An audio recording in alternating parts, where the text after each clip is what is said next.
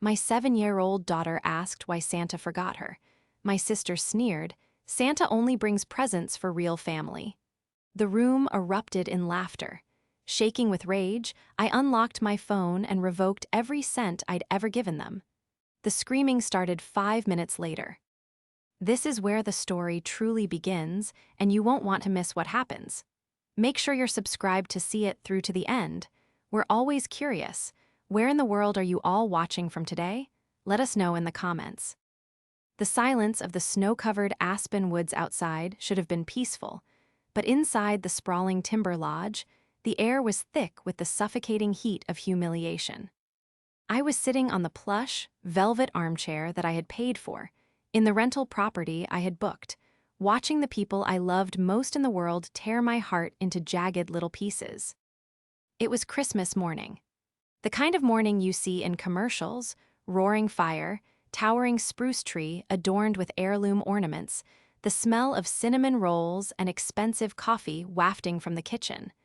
But there was a rot underneath the perfume and the pine. My daughter, Lily, was sitting cross-legged on the Persian rug. She is 7 years old, with eyes the color of warm honey and a heart so fragile and eager for love that it terrifies me. She was wearing the matching red and green plaid pajamas I had bought for everyone. She looked small, so incredibly small next to the mountain of torn wrapping paper that surrounded my sister's children. Vanessa's 3 kids, my biological nieces and nephew, were practically drowning in loot. High-end gaming consoles, designer clothes, the latest smartphones. The floor was a chaotic sea of gold and silver paper. They were shrieking with delight, tearing into box after box. Lily sat with her hands folded in her lap. Her pile was non-existent.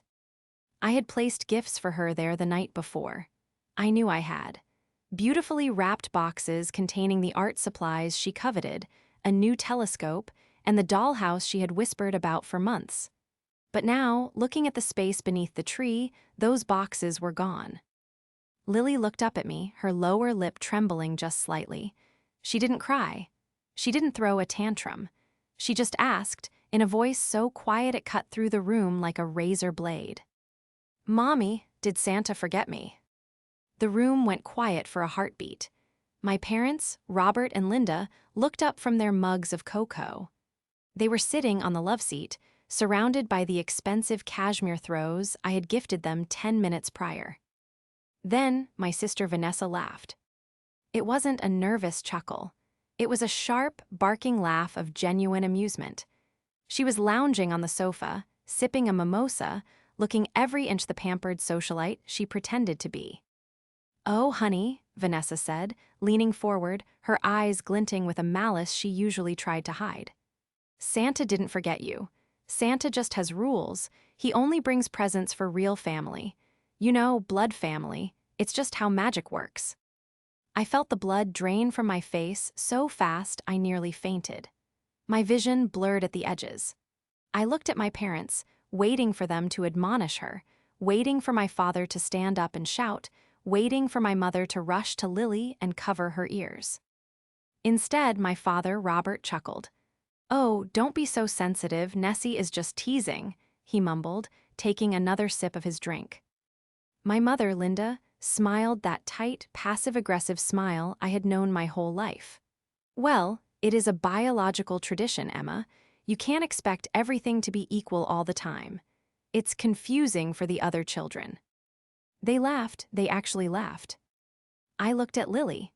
The hope had vanished from her eyes, replaced by a dark, hollow confusion that no 7-year-old should ever have to experience. She didn't understand the cruelty, but she felt the rejection.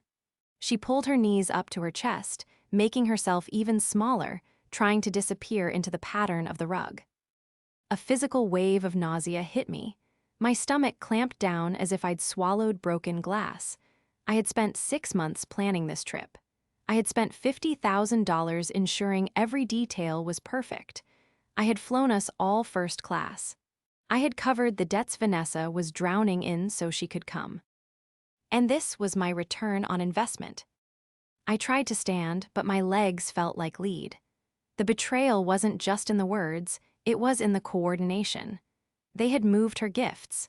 They had discussed this. They had collectively decided that my daughter, my beautiful, adopted daughter, was a prop to be used for a cruel joke about bloodlines.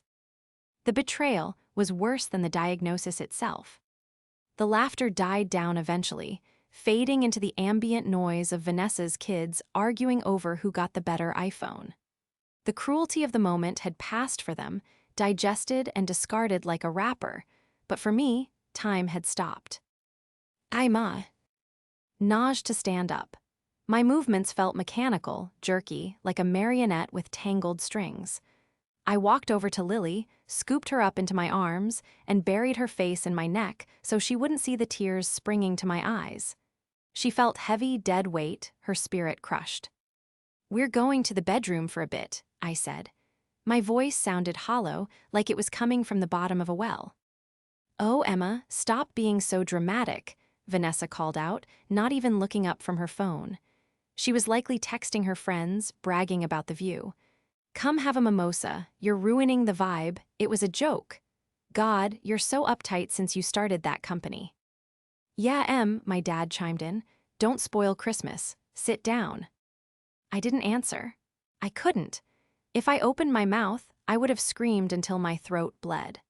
I carried Lily down the long, timber-framed hallway to the master suite I had assigned to myself, the only luxury I had claimed, though Vanessa had complained bitterly that she deserved it because she had more kids. Once inside, I locked the door. The heavy click of the deadbolt was the most satisfying sound I had heard all morning. I sat Lily on the bed and knelt before her. "Baby, look at me." She looked up, her eyes swimming with tears she hadn't shed yet. "Am I not real?" she whispered. My heart shattered into a million dust motes. "You are the most real thing in this world," I said fiercely, gripping her small shoulders. Vanessa is wrong, she's mean and she's wrong. Santa didn't forget you. The gifts, they must have been misplaced. But I promise you I will make this right." I spent the next hour just holding her, reading her a story from my iPad, trying to regulate her breathing and my own. I could hear them outside in the main living area. I could hear the clatter of plates as they started the brunch I had paid a private chef to prepare. I could hear Vanessa laughing, that high, braying laugh that used to make me smile when we were children, but now sounded like a siren. "Where's Emma?" I heard my mother ask through the wall. "Sulking," Vanessa replied loudly. "She always gets like this when the attention isn't on her wallet. She's probably in there calculating how much this trip cost so she can hold it over our heads later." "True," my father grunted. "She does like to flash the cash." I sat on the edge of the bed, staring at the closed door. My hands were shaking, not from sorrow anymore, but from a cold, crystalline rage. They thought I was sulking. They thought I was hurt. They thought I was the same doormat Emma who had spent her entire 20s and 30s buying their love, paying off their mortgages, and apologizing for being successful. They saw me as an ATM with a pulse, a resource to be mined. I looked down at my phone lying on the duvet. It was an iPhone 15 Pro, titanium, sleek. To them, it was just a phone. To me, it was the command center of my life. It held the keys to my banking apps, my trust fund administration portal, the deed management software for my rental properties, and the family credit card controls. Vanessa had forgotten one crucial thing. She thought power came from biology. She thought because she gave birth to 3 children, she held the moral high ground. She thought that because I was the younger sister who only adopted, I was secondary. But she had forgotten that, while she was busy popping out kids and maxing out credit cards, I was building a financial technology empire. She had forgotten that every piece of clothing on her back, the food in her stomach, and the roof over her head at this very moment was provided by me. They had forgotten I own the cards they are swiping. And I was about to remind them. To understand why this betrayal broke me, you have to understand the history. You have to understand the sheer weight of what I carried for them. I am 39 years old. 10 years ago, I founded a fintech startup called LedgerLock. It started in my garage, fueled by ramen and desperation. When it went public 3 years ago, my net worth skyrocketed into the mid-8 figures. Before that, I was just Emma, the quiet one, the one who studied hard while Vanessa partied, the one who saved while Vanessa spent. Vanessa is 42. She was the beauty queen, the high school cheerleader, the one my parents adored because she was loud and charismatic. But charisma doesn't pay bills. Vanessa never held a job for longer than 6 months. She married a man who was exactly like her, flashy and shallow, and they divorced 5 years ago, leaving her with 3 kids and 0 assets. Since then, I have been her lifeline. I paid off her divorce settlement. I bought her a 4-bedroom house in a nice suburb so her kids, my real nieces and nephew, wouldn't have to change schools. I put her on a monthly allowance of $5,000, tax-free, just to keep her afloat. I paid for the cars. I paid for the vacations. And my parents? Robert and Linda retired early because I paid off their mortgage. I bought them an RV so they could travel. I funded their health care. I did it because I wanted a family. I did it because I thought that if I shared my success, we could all be happy. I was desperate for the warmth of a big family Christmas, the kind I never really had growing up because we were always stressed about money. But the money didn't bring us closer.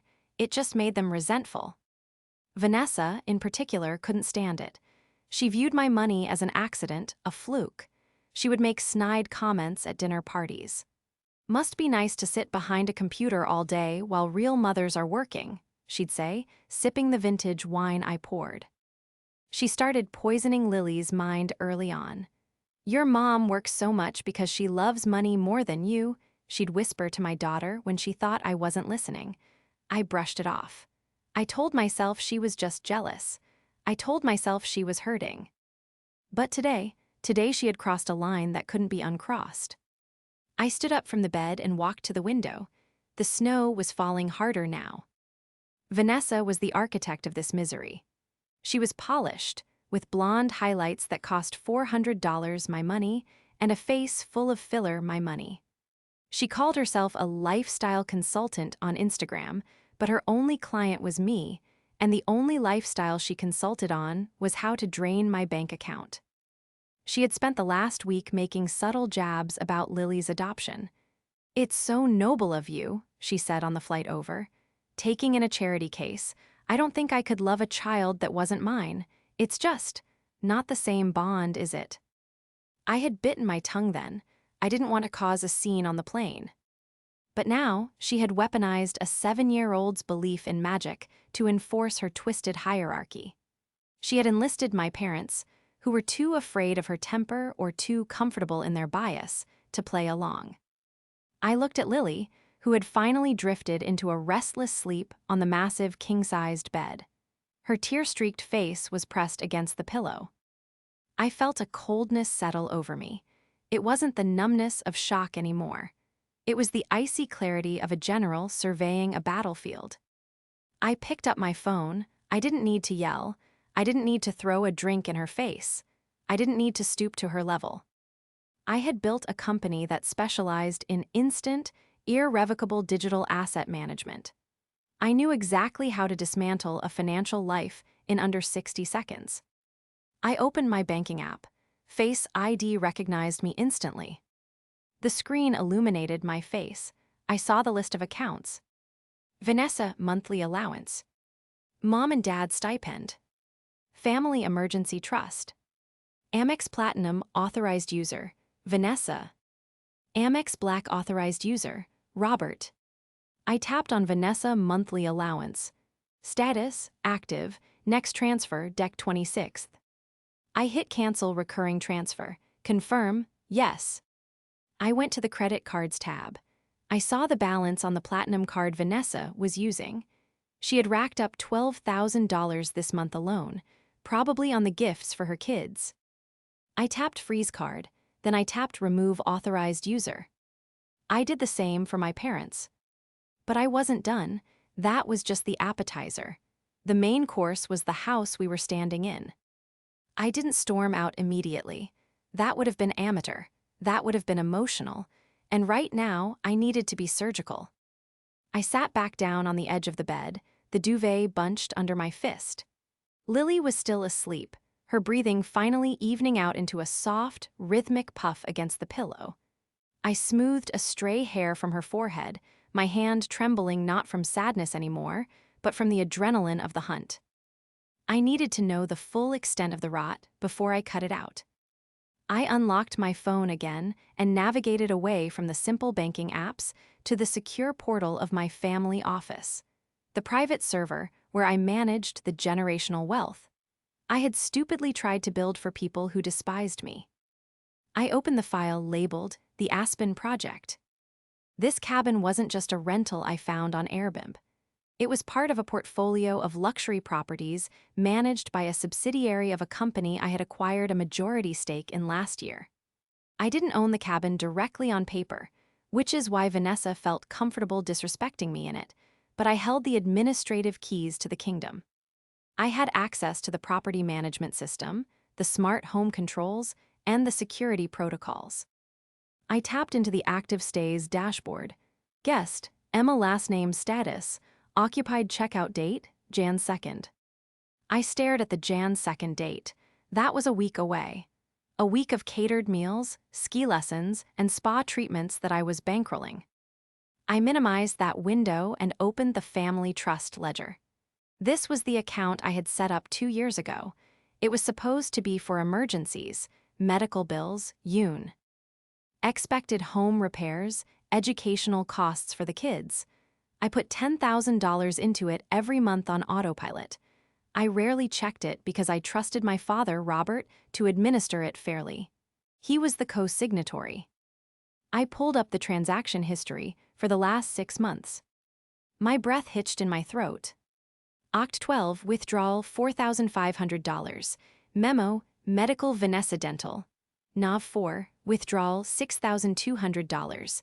Memo, medical kids orthodontics. Dec 1, withdrawal $8,000. Memo, emergency car repair Vanessa. I scrolled further back. The list was endless. Thousands upon thousands of dollars drained. I switched apps to Instagram. I went to Vanessa's profile. On October 12th, she wasn't at the dentist. She was posting a photo of a new Chanel bag with the caption, "Treat yourself, self-care." The bag retails for roughly $4,500. On November 4th, no orthodontist. She was at a luxury spa weekend in Napa with her friends. On December 1st, she had posted a story about her brand new whip, a lease down payment on a Range Rover. My father had been signing off on these. He knew. He was labeling them as medical or emergency to keep me from asking questions if I ever glanced at the quarterly summaries. They weren't just mooching, they were embezzling. They were stealing from the fund I had explicitly told them was to ensure the grandchildren, all of them, had college tuition. I felt a cold sweat break out on the back of my neck. It wasn't just Vanessa, it was all of them. My mother, Linda, had to know. She balanced the books for Dad. They had created a systemic ecosystem of theft using my desire for their approval as the cover. They didn't see me as a daughter. They saw me as a host organism. And Lily was just an obstacle, a non-biological intruder who might take a slice of the pie they believed belonged solely to them. That's why they hated her. It wasn't just prejudice, it was greed. Every dollar spent on Lily was a dollar Vanessa couldn't steal for a handbag. I took a screenshot of the ledger. I took screenshots of Vanessa's Instagram posts matching the dates. I compiled them into a single PDF document titled Evidence of Fraud, PDF. Then I went back to the property management app. I located the master override function for the cabin. This feature was designed for owners to lock out unruly guests or reset systems during emergencies. It controlled the digital locks, the Wi-Fi, the heating profiles, and the entertainment systems. I didn't activate it yet. I wanted them to see it coming. I wanted to look them in the eye when the world fell apart. I stood up, smoothed my sweater, and walked to the mirror. I looked tired. My eyes were red-rimmed, but there was something hard in my expression that hadn't been there an hour ago. The people-pleaser Emma was dead. She had died the moment Vanessa laughed at my daughter. I walked back to the bed and kissed Lily's forehead. "Stay asleep, baby," I whispered. "Mommy has some cleaning to do." I unlocked the bedroom door and stepped out into the hallway. The living room was warmer than the bedroom, stiflingly so. The fire was roaring, cracking and spitting sparks behind the iron grate. The smell of bacon and expensive coffee was nauseatingly strong. They were exactly where I had left them. It had been over an hour, but the scene hadn't shifted, only the volume had increased. Vanessa was now sitting on the floor amidst the sea of wrapping paper, helping her son set up a new gaming console, the one I had bought. My parents were laughing at something on the TV. When I walked in, the laughter didn't stop, but the temperature in the room seemed to drop. "Oh, look who decided to rejoin the living," Vanessa said, not looking up from the HDMI cable she was wrestling with. "Is the drama queen done pouting, or do we need to walk on eggshells for the rest of the day?" My mother, Linda, sighed, putting down her mug. "Emma, really? You've been in there for ages. It's Christmas. Don't punish the children with your mood." "I'm not punishing the children," I said softly. My voice was steady, terrifyingly calm even to my own ears. I walked to the center of the room, standing between them and the massive Christmas tree. "I'm just making some administrative adjustments." "Administrative adjustments?" Robert snorted. "You sound like you're at a board meeting. Relax, kid, have a drink." "I don't want a drink, Dad. I want to talk about the real family policy Vanessa mentioned earlier." Vanessa rolled her eyes and finally looked up. "Oh my God, can you let it go? It was a joke. You're so sensitive. It's pathetic, honestly. You have all this money, but you act like such a victim." "You're right," I said. "I have all this money. That is a very important point." I pulled my phone out of my pocket. I held it up, the screen facing me. "I was thinking about what you said, Nessie. About how Santa only brings gifts for blood family. About how biology determines who gets taken care of." I tapped the screen once. And I realized, if we're going to follow those rules, we should follow them all the way. "What are you babbling about?" Vanessa stood up, dusting glitter off her leggings. "You're being weird." "Check your phone," I said. "What?" "Check your phone." Vanessa scoffed, reaching into her pocket. My father frowned, patting his chest pocket for his device. My mother picked hers up from the coffee table. For 3 seconds, there was silence. Just the crackle of the fire and the low hum of the refrigerator. Then the pings started. Ding, ding, ding, buzz. It was a cascade of notification sounds, a digital symphony of rejection. Vanessa unlocked her screen, her brow furrowed. "What is this? Why did I get an email from American Express?" She tapped the screen.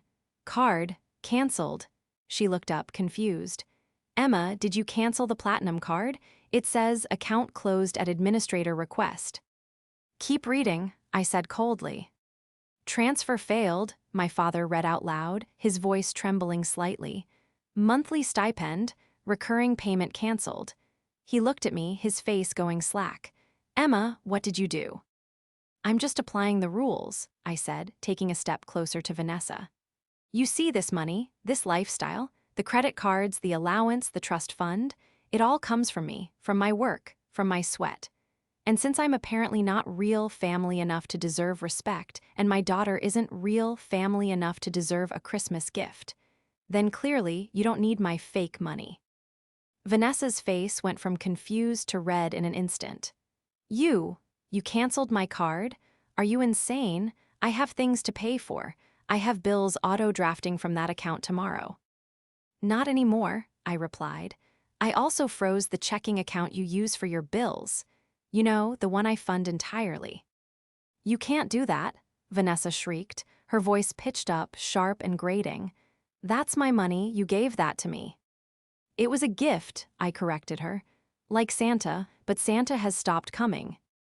"Mom, Dad," Vanessa spun around to our parents. "Do something. She's cutting me off. She's trying to ruin Christmas." My mother stood up, her face pale. "Emma, this is going too far. You can't just cut off your sister's livelihood over a clumsy joke. You're hurting the children." "The children?" I laughed, a harsh, humorless sound.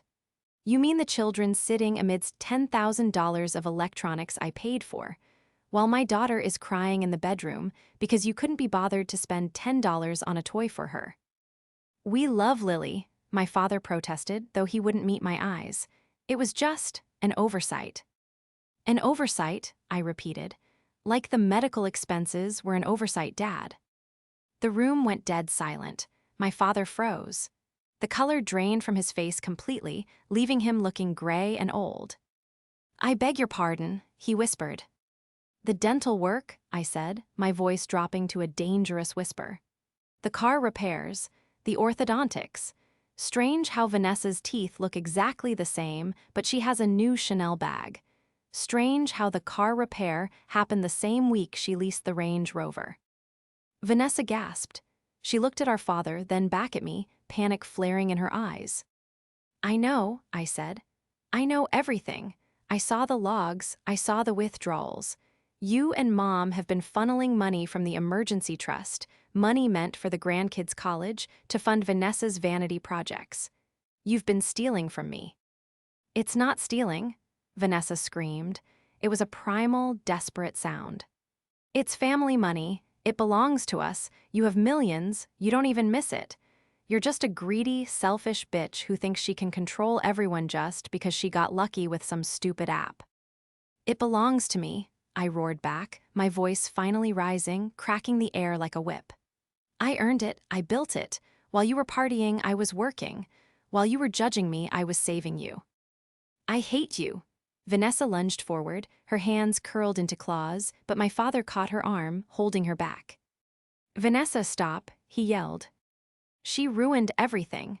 Vanessa sobbed, struggling against him. "She always ruins everything." I watched them, this tableau of dysfunction. My sister screaming, my father holding her back, my mother weeping on the sofa. "I didn't ruin anything," I said, my voice returning to that icy calm. "I just turned the lights on, and I'm not done." The screaming died down into ragged breathing and quiet sobbing from my mother. The children, Vanessa's kids, were staring at us, wide-eyed, the joy of their new Xboxes forgotten. They were old enough to understand that the atmosphere had shifted from celebration to catastrophe. "Emma," my father said, his voice shaking. He let go of Vanessa, who slumped onto the arm of the sofa, glaring at me with venomous hatred. "Emma, please, let's sit down. Let's discuss this rat. Finally, we can pay it back. We can work out a plan, but don't cut us off, not like this, not on Christmas." "There is nothing to discuss," I said. "The trust is frozen. I've already flagged the transactions as fraudulent with the bank. The investigation starts tomorrow." "Fraudulent?" My mother looked up, horror-struck. "Emma, you wouldn't. That's a crime. You'd send your father to jail." "He committed a crime, Mom. He embezzled funds. He signed legal documents stating the money was for medical emergencies and handed it over for handbags." I walked over to the coffee table and picked up the iPad I had left there earlier. I tapped the screen, bringing up the PDF I had created. I turned the screen around so they could see it. "October 12th, I read aloud. "Withdrawal of $4,500. Same day, Vanessa posts this bag. November 4th. $6,000. Vanessa checks into the Four Seasons Napa." I swiped through the evidence, image after image. It was irrefutable. It was ugly. "You weren't just helping her," I said to my parents. "You were conspiring with her. You looked me in the face, accepted my checks, ate my food, and laughed at me behind my back while you helped her drain the accounts I set up to protect us." "We were just trying to even things out," Vanessa spat. "You have so much, it's not fair. Why should you have everything while I struggle?" "You struggle because you refuse to work, Vanessa," I snapped. "You've turned down 3 jobs I set up for you. You quit the last one after 2 weeks because the boss didn't respect your vibe. You are 42 years old." "We thought," my father rubbed his face with his hands, "we thought you wouldn't mind. You always said the money was for the family." "For the family," I said, "not for Vanessa's closet. and certainly not for a family that treats my daughter like a second-class citizen. Is that what this is about? Vanessa sneered. The brat, you're bankrupting us because of a joke about the brat. She is my daughter, I said, stepping into Vanessa's space. She is the only person in this room who loves me for me, not for what I can buy her. And yes, this is about her. It's about the fact that you felt comfortable hurting a child because you thought I was too weak, too desperate for your love to do anything about it. Well, you've made your point, my mother cried. Please, Emma, turn the cards back on. We can't. We have no cash. We're in Aspen. How are we supposed to buy food? How are we supposed to get home? I looked at them, really looked at them. I saw the fear in their eyes, but it wasn't fear of losing me. It was fear of the inconvenience. It was fear of the poverty they had always felt entitled to escape on my dime. I don't know, I said honestly. That sounds like a problem for real family to solve. You can't leave us stranded here, Robert said, his voice hardening. This is your rental. You're responsible for us. I smiled. It was a sad, tired smile. Actually, that brings me to the second part of my notification. I looked at my watch. In exactly 10 minutes, the smart lock system on this house is going to reset. The Wi-Fi will cut out. The heating will go into unoccupied mode, which is 50 degrees, just enough to keep the pipes from freezing, but not enough to keep you comfortable. What? Vanessa stood up again. You're kicking us out. It's snowing. It's Christmas Day. You have 10 minutes to pack, I said. I suggest you hurry. The code changes automatically. Once the door closes, it won't open again. This is illegal, Vanessa screamed. Tenants' rights, squatters' rights. This is a short-term luxury rental, I countered. And the rental agreement, which I signed, states that the primary booker can revoke guest access at any time for violation of house rules. Destroying the peace and engaging in theft seems like a violation to me. Where will we go? My mother wailed. The hotels are fully booked. They cost a fortune. I checked, I said calmly. There's a Motel 6 on the outskirts of town. It has vacancies. It's about $80 a night. If you pool the cash in your wallets, since your cards don't work, you might be able to afford 2 rooms for the night. You are a monster, Vanessa hissed. I hope you rot. I hope that little. Don't, I warned, cutting her off with a look so sharp it silenced her. Don't finish that sentence, or I will call the police and file the embezzlement charges right now. I have the evidence on my phone. One button, Vanessa. One button and Dad goes to jail, and you go down as an accomplice. The threat hung in the air, heavy and suffocating. My father looked at me, his eyes wide with shock. He finally realized I wasn't bluffing. He realized the dynamic had permanently shifted. He was no longer the patriarch. He was a liability. Pack your things, he whispered to my mother. Linda, get the bags. Robert, she gasped. Do. It, he yelled, his composure cracking. She'll do it, look at her. She'll send me to prison. I watched as the scramble began. It was chaotic. Vanessa was throwing clothes into suitcases, sobbing and cursing. My mother was running around grabbing toiletries. The kids were confused, holding their new gadgets, asking why they had to leave. Leave the Xboxes, I said to the kids, my voice softening just a fraction. Those stay. You can't play them at the Motel 6 anyway. That's mean, Vanessa shouted from the hallway. Those were purchased with the Platinum card, I called back. Technically, they are stolen property if you take them. Leave them. I stood by the fireplace, watching my family dismantle their holiday in a panic. I felt a strange, hollow ache in my chest, but no regret. Not a single ounce of regret. I heard the door to the master bedroom click open. I turned to see Lily standing there, rubbing her eyes, holding her stuffed rabbit. She looked at the chaos, her grandmother crying, her aunt screaming, the suitcases flying. Mommy, she asked, her voice small, is Christmas over? I walked over to her and picked her up, wrapping her in a tight hug. No, sweetie, I said, turning her away from them. The bad part is over. Our Christmas is just starting. The countdown on my phone screen read 08, 43. The atmosphere in the lodge had shifted from a holiday morning into a frantic, terrified evacuation drill. The silence of the forest outside was a stark contrast to the cacophony of zippers, slamming drawers, and hysterical accusations echoing off the high timber ceilings inside. I stood by the kitchen island, leaning against the granite countertop, watching them. I felt like a ghost haunting my own life, present, seeing everything, but utterly detached from their emotional frequency. "You can't take the silver set, Mom," I said, my voice cutting through the noise. My mother, Linda, froze. She had the antique silverware box, property of the rental owner, halfway into her tote bag. She looked at me, her eyes wide and wet, mascara running down her cheeks in dark, tragic rivers. "I wasn't taking it," she stammered, her hands shaking so badly the box rattled. "I was just moving it to keep it safe." "Put it back," I said, "or I add theft to the police report." She dropped the box onto the table with a loud clatter and burst into fresh tears. "I don't know you anymore," she sobbed. "My own daughter, turning us out into the snow like stray dogs." "You turned yourselves out," I replied, checking the time. 7 minutes. The smart locks engage at noon sharp. If your bags are inside when the bolts slide home, they stay inside until the property management company comes to inventory the house next week. "I can't find my charger," Vanessa shrieked from the hallway. She ran into the living room, her hair wild, dragging a suitcase that was overflowing with clothes. She wasn't wearing her coat yet. "Emma, where is my charger? Did you steal that too?" "I don't touch your things, Vanessa," I said, "unlike you."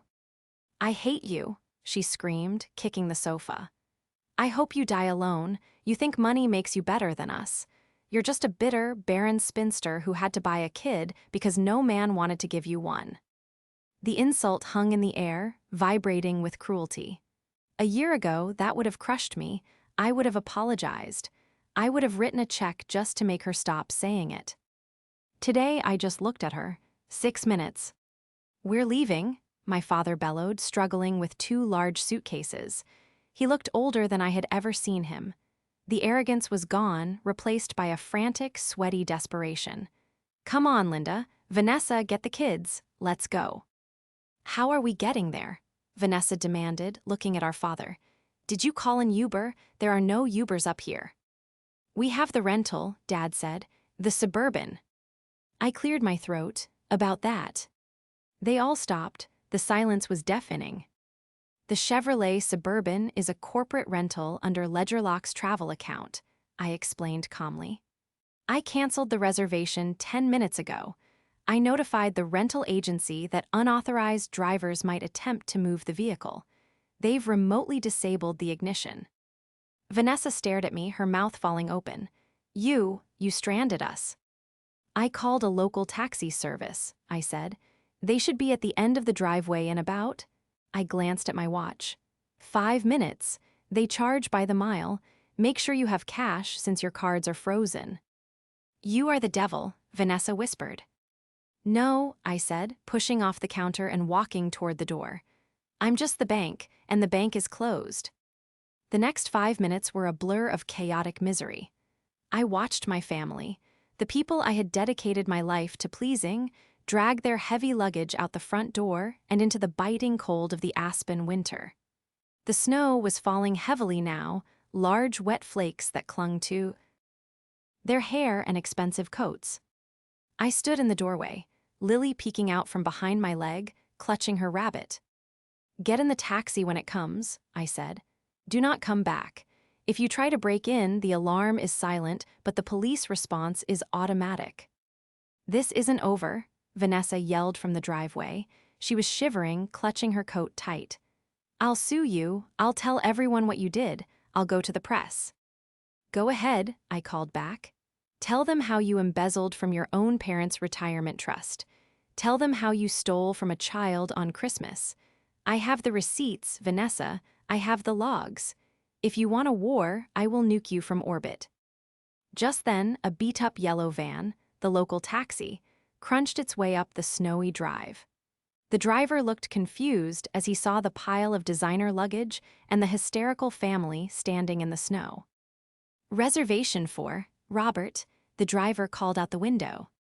"That's them," I said, pointing. My father looked at me one last time. There was no love in his eyes, just fear and a dawning realization of how completely he had underestimated me. "Emma," he started, his voice cracking.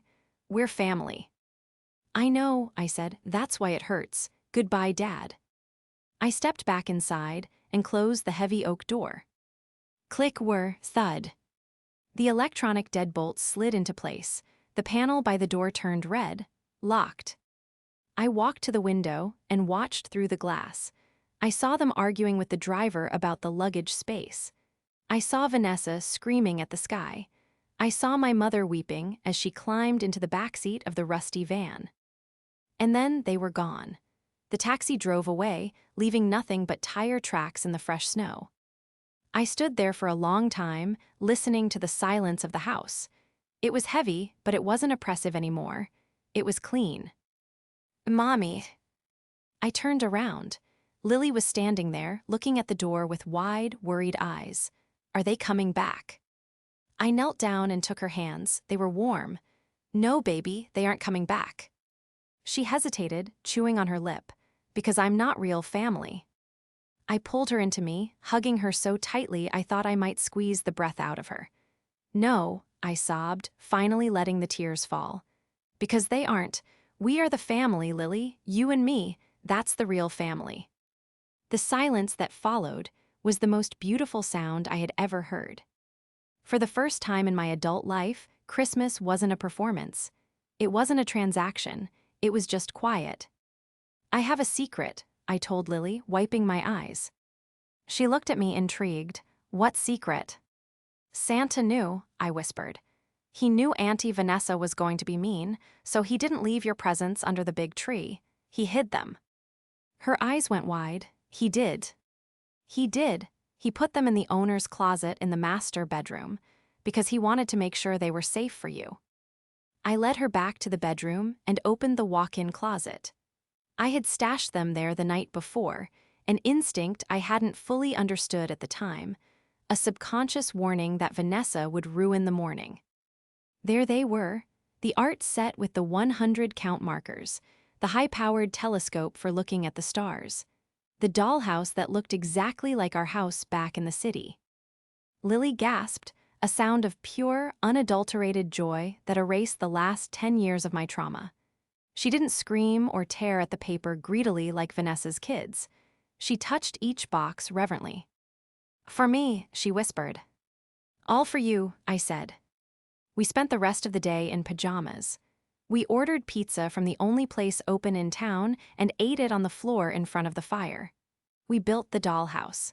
We set up the telescope and looked at the snowy peaks of the mountains. We laughed. We actually laughed, and it didn't feel like navigating a minefield. But the peace was purchased, with a war that was still being fought in the background. By January 2nd, the reality of my move had fully settled on my biological family. I didn't back down. I hired a forensic accountant to audit the last 5 years of the trust. The results were worse than I thought. My father and Vanessa had siphoned off nearly $200,000 over 4 years. I gave them a choice. I sat in a conference room in my lawyer's office, a glass-walled Shark Tank in downtown Seattle, while they sat on the other side of the table. They looked smaller, grayer. Vanessa looked haggard, her roots showing, her designer clothes looking out of place. Option A, my lawyer, a sharp woman named Rachel, explained.